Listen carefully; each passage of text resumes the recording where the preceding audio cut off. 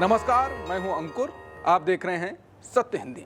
एक नजर अब तक की सुर्खियों पर। संसद का शीतकालीन सत्र शुरू होते ही विपक्ष का हल्ला बोल शुरू हो गया। एसआईआर को लेकर विपक्ष और सरकार के बीच तीखी बहस देखने को मिली, जिसके चलते लोकसभा की कार्यवाही 12 बजे तक के लिए स्थगित करनी पड़ी। कार्रवाई फिर से शुरू होते ही फिर से नारेबाजी हुई और मुद्दों पर चर्चा की मांग तेज हो गई और फिर कार्यवाही 2 बजे तक के लिए स्थगित करनी पड़ी। सत्र के पहले ही दिन विपक्ष ने एसआईआर को लेकर सरकार को घेरने की कोशिश की, जिससे साफ हो गया है कि आने वाले दिनों में इस मुद्दे पर और तीखी बहस और हंगामा होने जा रहा है। वहीं राज्यसभा में सत्र की शुरुआत सभापति के स्वागत के साथ ही सभापति ने सभी दलों से अपील की कि सत्र के दौरान समर्थक चर्चा हो और जनता के मुद्दों पर ध्यान केंद्रित किया जाए। पीएम मोदी संसद के शीतकालीन सत्र के लिए संसद भवन पहुंचे। उन्होंने कहा कि बिहार में रिकॉर्ड वोटिंग लोकतंत्र की जीत है। शीतकालीन सत्र राष्ट्र की प्रगति के प्रयास को ऊर्जा देगा। इसके साथ ही प्रधानमंत्री मोदी ने बिहार चुनाव का जिक्र करते हुए कहा कि कुछ दल हार की वजह से परेशान है। सदन को पराजय की बौखलाहट का मैदान नहीं बनना चाहिए। विपक्ष को पराजय की हताशा से बाहर निकलना चाहिए। उन्होंने कहा कि ड्रामा करने के लिए बहुत जगह होती हैं, जिसको करना है करता रहे, जिसको भी नारा लगवाना है लगवा ले, पूरा देश खाली है। यहाँ नारे नहीं, नीति पर बल देना चाहिए। पीएम मोदी के विपक्ष पर हमलों के बाद कांग्रेस सांसद और वरिष्ठ नेता प्रियंका गांधी वाड्रा ने कहा कि एसआईआर और वायु प्रदूषण बहुत बड़े मुद्दे हैं। उन्होंने कहा कि इन पर चर्चा होनी चाहिए। संसद किस लिए है? ये कोई ड्रामा नहीं है। जनता से जुड़े मुद्दों पर बोलना और सवाल उठाना ड्रामा नहीं है। असली ड्रामा तो ये है कि जिन मुद्दों पर देश चर्चा चाहता है उन पर लोकतांत्रिक बहस होने ही नहीं दी जा रही। संसद के शीतकालीन सत्र की शुरुआत में पीएम मोदी ने उपराष्ट्रपति सीपी राधाकृष्णन की कार्यशैली और जीवन मूल्यों की सराहना की। इस दौरान पीएम मोदी ने कहा कि उपराष्ट्रपति ने हमेशा प्रोटोकॉल से परे रहकर समाज सेवा को प्राथमिकता दी। पीएम ने बताया कि सीपी राधाकृष्णन ने काशी जाकर नॉनवेज छोड़ने जैसे व्यक्तिगत संकल्पों से लेकर झारखंड, महाराष्ट्र, तेलंगाना और पुडुचेरी में राज्यपाल रहते हुए गांव-गांव जाकर लोगों से जुड़ने तक हर भूमिका में सेवा को सर्वोपरि रखा। उन्होंने कहा कि उनका सफर भारतीय लोकतंत्र की ताकत और समर्पण का प्रेरक उदाहरण है। कांग्रेस अध्यक्ष और राज्यसभा में नेता प्रतिपक्ष मल्लिकार्जुन खड़गे ने सोमवार को आरोप लगाया कि पीएम मोदी ने शीतकालीन सत्र के पहले दिन भी जनता से जुड़े असली मुद्दों से बचने की कोशिश की। खड़गे ने कहा कि पिछले 11 सालों में सरकार ने संसद की परंपराओं को कुचल दिया और बहस की जगह नाटकबाजी ने ले लिए। उन्होंने तीखे हमले में कहा कि पिछले पूरे दशक का रिकॉर्ड बताता है कि संसदीय जांच पड़ताल को व्यवस्थित तरीके से कमजोर किया गया है। खड़गे के अनुसार पिछले मानसून सत्र में ही 12 बिल जल्दबाजी में पास किए गए, कुछ तो 15 मिनट से भी कम समय में और कुछ बिना किसी चर्चा के। उन्होंने कहा कि सरकार ने जिस तरह कृषि कानून, जीएसटी ढांचा और भारतीय नागरिक सुरक्षा संहिता पास की, उससे यह साफ हो जाता है कि सरकार कानूनों को बुलडोज करने की नीति पर चल रही है। खड़गे ने मणिपुर संकट के दौरान सरकार की चुप्पी का भी जिक्र किया और कहा कि पीएम ने तब तक इस मुद्दे पर बोलना जरूरी नहीं समझा जब तक विपक्ष ने अविश्वास प्रस्ताव लाकर चर्चा के लिए मजबूर नहीं किया। उन्होंने चुनावी प्रक्रिया पर चिंता जताते हुए कहा कि एसआईआर में भारी दबाव की वजह से बीएलओ की जान तक जा रही है।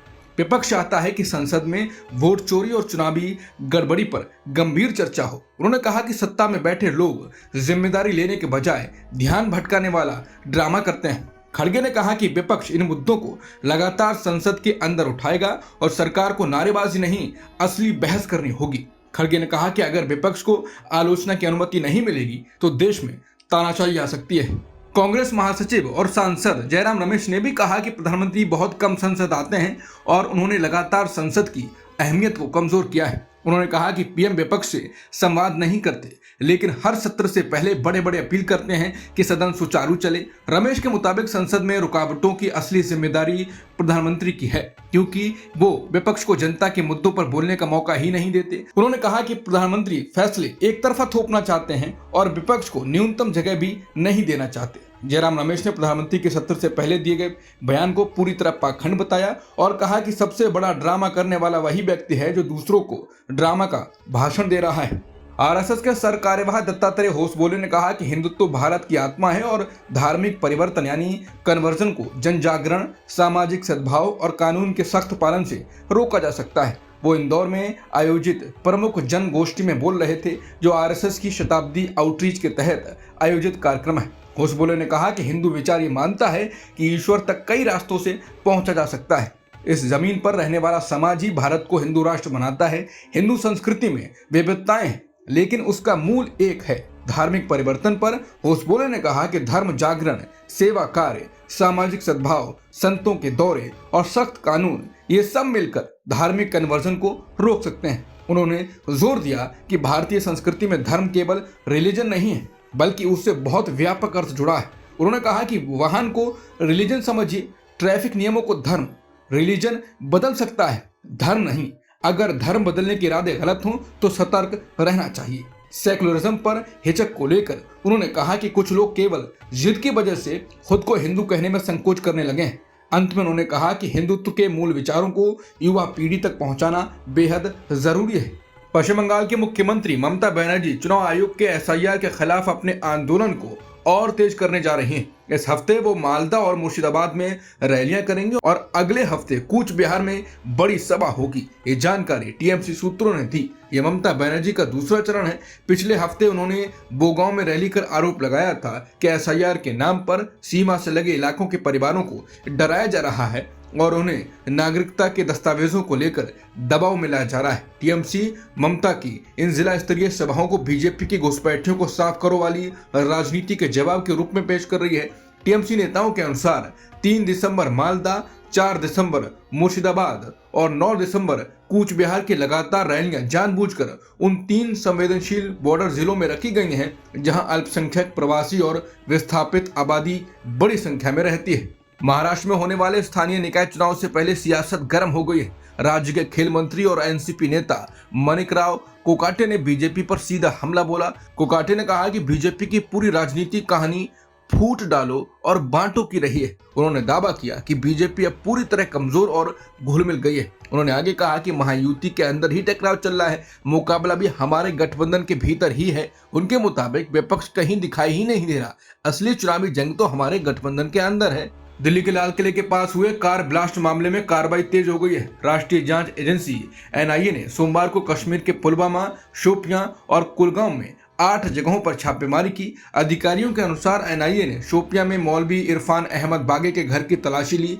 वागे को इस व्हाइट कॉलर टेरर मॉड्यूल का मास्टरमाइंड माना जा रहा है, जो कट्टरपंथ फैलाने और नई भर्ती करने में शामिल था। उसे अक्टूबर में गिरफ्तार किया गया था और लाल किला ब्लास्ट की जांच एनआईए को मिलने के बाद एजेंसी ने उसे अपनी कस्टडी में ले लिया था। इस धमाके में 15 लोगों की मौत हुई थी और कई घायल हुए थे।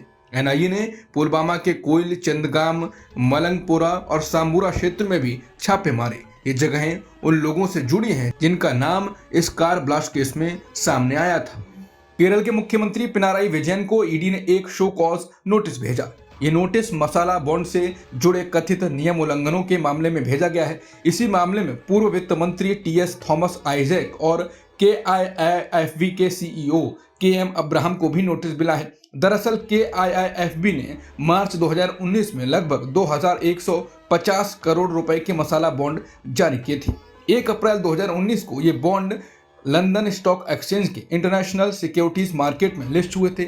ईडी का आरोप है कि बॉन्ड से जुटाई गई राशि का इस्तेमाल जमीन खरीदने में किया गया और इसमें फेमा यानी विदेश मुद्रा प्रबंधन अधिनियम के नियमों का उल्लंघन हुआ। इस पर पूर्व वित्त मंत्री टीएम थॉमस आइजैक ने कहा, यह नोटिस पूरी तरह राजनीतिक है और मुद्दे से ध्यान हटाने की कोशिश है। उन्होंने कहा कि मसाला बॉन्ड से जुड़े सभी कदम आरबीआई को मंजूरी से उठाए गए थे। सीपीआईएम के राज्य सचिव एमबी गोविंदन ने कहा कि ईडी का यह कदम एक राजनीतिक खेल है। उनका कहना है ये चुनौती सिर्फ मुख्यमंत्री या आइजैक को नहीं बल्कि केरल की जनता को दी गई है।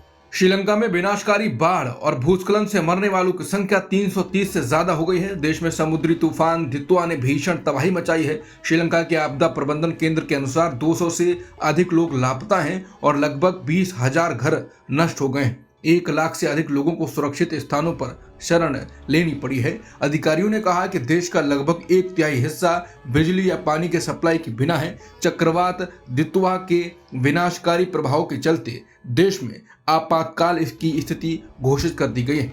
राष्ट्रपति अनुराग कुमार दिसानायके ने कहा, यह देश के इतिहास की सबसे चुनौतीपूर्ण प्राकृतिक आपदा है और तबाही इतनी ज्यादा है कि पुनर्निर्माण का अनुमान लगाना कठिन है। चक्रवाती तूफान की वजह से हुई भारी बारिश के कारण अब तक इंडोनेशिया में मरने वालों की संख्या 400 से ज्यादा पहुंच गई है। इंडोनेशिया के राष्ट्रपति प्राबो सुबियांतो ने बाढ़ प्रभावित इलाकों का दौरा किया। मीडिया रिपोर्ट्स के अनुसार अभी भी कई इलाके मुख्य शहरों से कटे हुए हैं और कुछ इलाकों में 5 दिन से मोबाइल सिग्नल नहीं आया है। अब तक की खबरों में इतना ही। बाकी खबरों के लिए बने रहिए सत्यहिंदी.com के साथ। Copyright disclaimer under Section 107 of the Copyright Act 1976. Allowance is made for fair use for purposes such as criticism, comment, news reporting, scholarship, and research. Fair use is a use permitted by copyright statute that might otherwise be infringing.